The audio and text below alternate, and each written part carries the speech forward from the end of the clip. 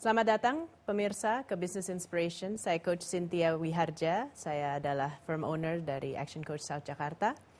And again, Business Inspirations adalah sebuah program di mana kita bicara dengan berbagai macam narasumber dari dunia bisnis yang sudah atau sedang melakukan sesuatu yang luar biasa di dalam bisnisnya.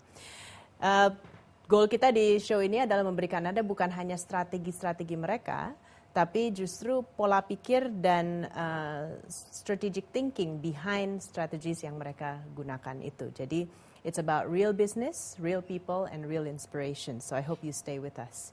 Hari ini narasumber kami adalah Bapak Irfan Setiaputra, yang namanya sudah tidak asing lagi di dunia telekomunikasi, dan beliau adalah Direktur Utama PT Inti, Industri Telekomunikasi Indonesia. Dan topik kita hari ini adalah turnaround yang ganas, ya. Soalnya si Bapak Irfan ini adalah tokoh yang telah men-turn around bisnis PT Inti dari ruginya 15,32 miliar menjadi laba 3,9 miliar. Dan tahun ini target laba Anda katanya 28 miliar. Ya, jadi ini luar biasa sekali, bukan turn around lagi, ini udah spinning around in circles ya Pak ya.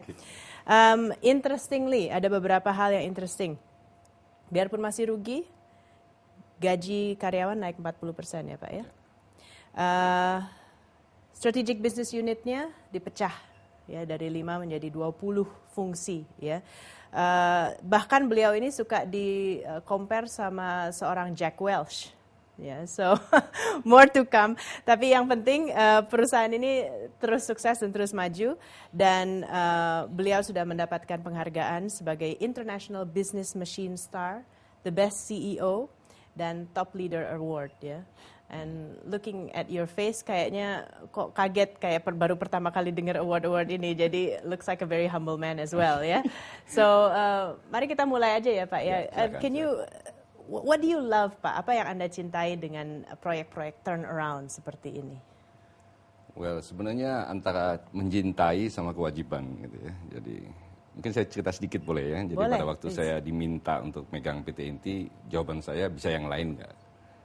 Jadi Inti tidaklah dikenal sebagai sebuah perusahaan yang semua orang pengen masuk, nggak seperti kayak Telkom atau Pertamina gitu di kelas BUMN gitu.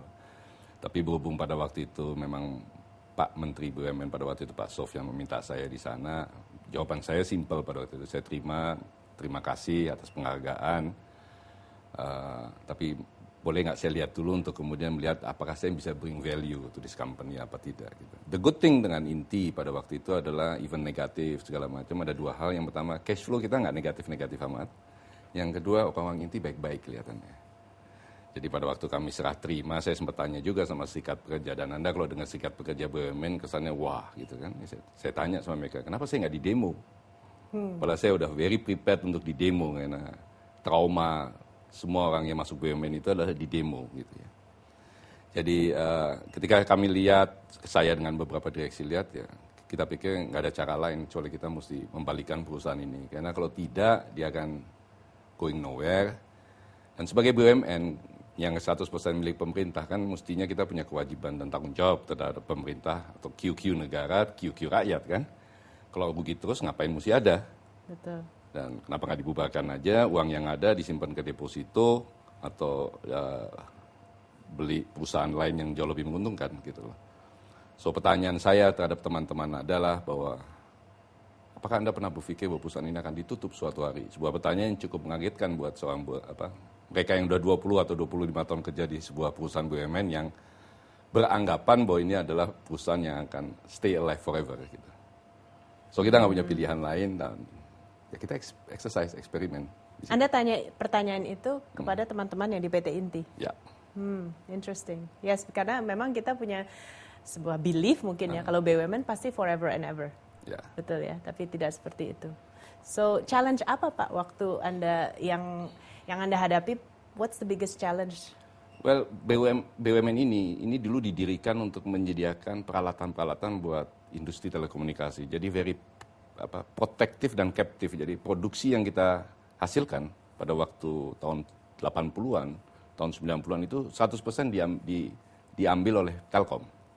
Jadi kalau Anda pernah dulu tahun segitu punya telepon rumah itu bikinan PT Inti. Dan orang nggak punya choices, orang harus pakai punya PT Inti. Nah ketika terjadi reformasi, deregulasi dan segala macam, perusahaan sangat tidak siap menghadapi market yang so kompetitif. So mengenalkan atau membawa iklim kompetisi di sebuah perusahaan yang plat merah, yang most of them behave kayak pegawai negeri, nggak negatif, nggak positif ya. Sure. Nggak ada yang salah dengan itu gitu loh. Cuma di tempat yang salah dan waktu yang salah mungkin ya.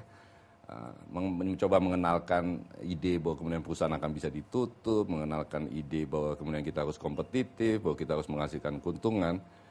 Di atas kertas gampang, tapi untuk menjiwai mungkin susah. Gitu. So apa yang Anda lakukan? Bagaimana merubah seperti itu? Simple aja, pada waktu itu saya bukan orang yang PhD di bidang bisnis gitu ya.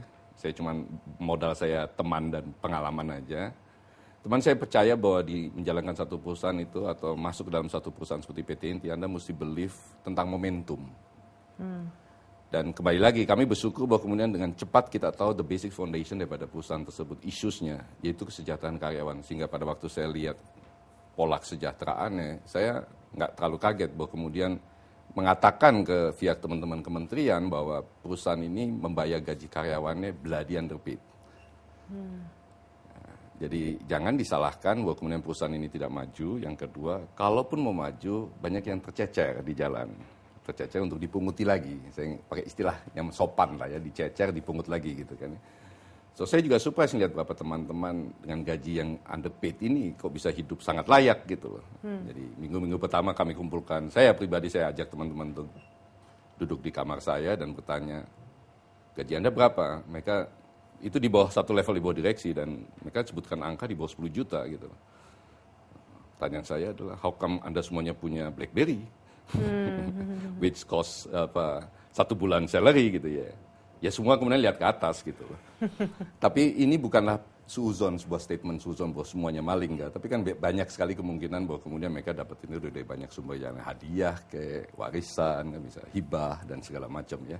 Tapi di situ kelihatan sekali bahwa kemudian underpaid. So pilihan pertama kita saat itu adalah fokus kesejahteraan, kita naikkan 40%, even company belum pada posisi yang terlalu mudah pada waktu itu. Dengan harapan apa? People motivated. And trust, kembali lagi ya. And trust. That's interesting because usually kalau rugi udah pasti yang mungkin di-cut adalah PHK, ya PHK dan segala macam, dan Anda tidak PHK siapapun ya. Jadi statement kita pertama, PHK tidak akan ada, gaji dinaikin 40%, fasilitas direksi yang tidak perlu kita hapuskan. I see. Okay. Itu dengan tujuan utama trust. Okay. Karena begitu trust muncul, everything can follow. Very good. Lebih banyak lagi, lebih detail lagi kita akan bicara dengan Bapak Irfan, dan stay with us at Business Inspiration.